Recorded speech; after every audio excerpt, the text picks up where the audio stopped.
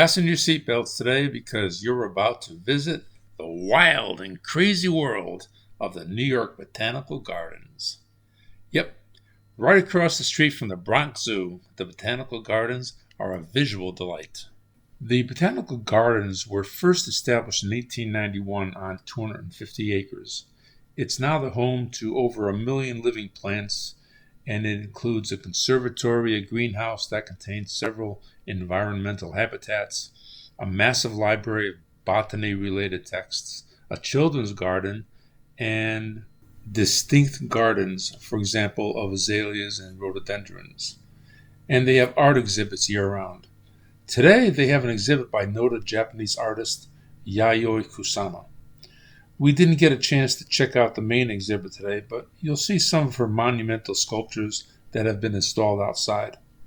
And you just cannot visit the whole of the Botanical Gardens in just one day. The first thing you see on entering the gardens is the sculpture by Kusama.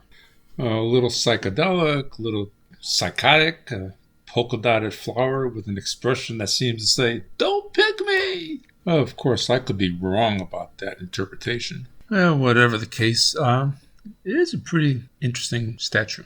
And I imagine it will look pretty cool on a t-shirt of the right color. The Botanical Gardens are a beautiful, peaceful setting for taking a leisurely stroll. There are a lot to see around there in the gardens. Then I came across the balls in the lake. Kinetic art, I think you would call it. Hundreds of light plastic, mirror-coated balls that were left to float on the small lake, pulsing back and forth with the ebb and flow of the winds. You could sit and watch them slowly move about the lake while cogitating and contemplating. Or you can speed them up to the sound of some appropriate music.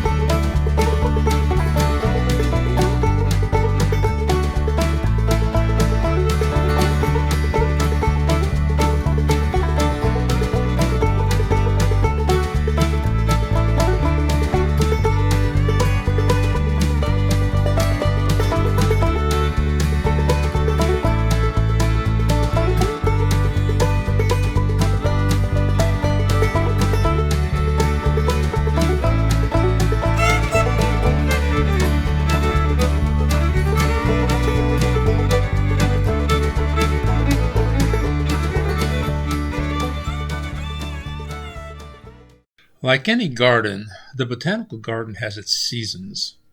We visited in early May, just as the clematis and other early flowering plants were coming into their own. We take a little stroll on a walkway through the rock garden.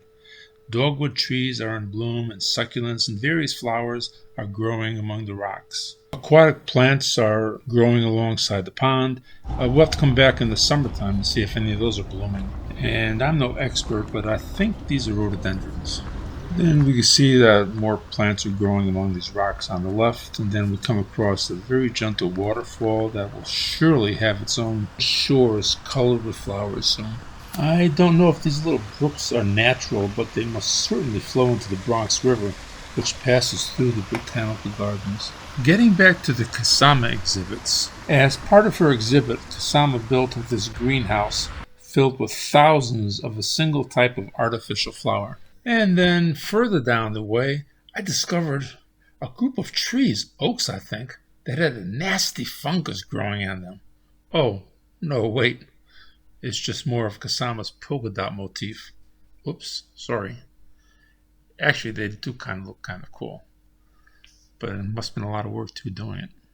I guess that harkens back to that Christo, who used to wrap buildings and cliffs in white cloth or plastic or whatever.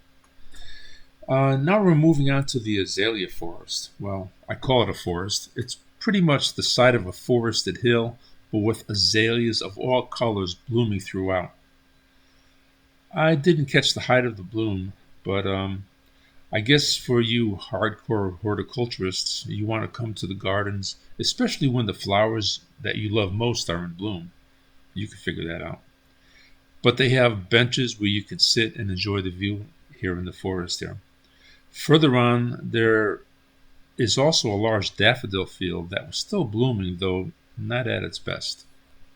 I should tell you that, and it's only a suggestion, it would be best to try and visit the botanical gardens during the work week, if that's possible.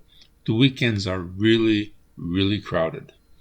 And now, because of COVID, I think you may have to make reservations just to visit. You certainly have to make reservations in order to view the Kusama exhibit that's being shown inside the building. And for that, you may have to actually order weeks in advance. So be warned. But the gardens are a great place to visit year-round. Something is always happening. They even have an annual train exhibit.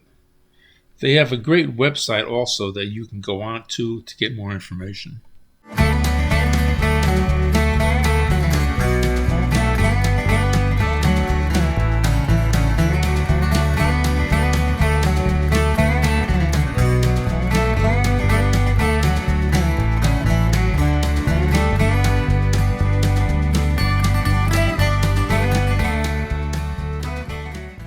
And though I didn't have a chance to visit it, I did want to point out that they have a great children's garden that any kids would greatly enjoy. And now for the pièce de résistance, we have Kusama's Dancing Pumpkin. Yes, you heard that right. Though never fair, it's not actually dancing. She just captured it mid-stride. And it's dancing next to the Conservatory, where you'll find her main exhibit, for which you do need to order tickets in advance, as I mentioned. But you can visit the pumpkin, which, to tell you the truth, looks more like a deranged octopus. But then, hey, who am I to judge? When you walk underneath, though, the interior is like a mirror in an old-fashioned funhouse. You see a lot of strange reflections. All in all, it's not a bad way to end this visit.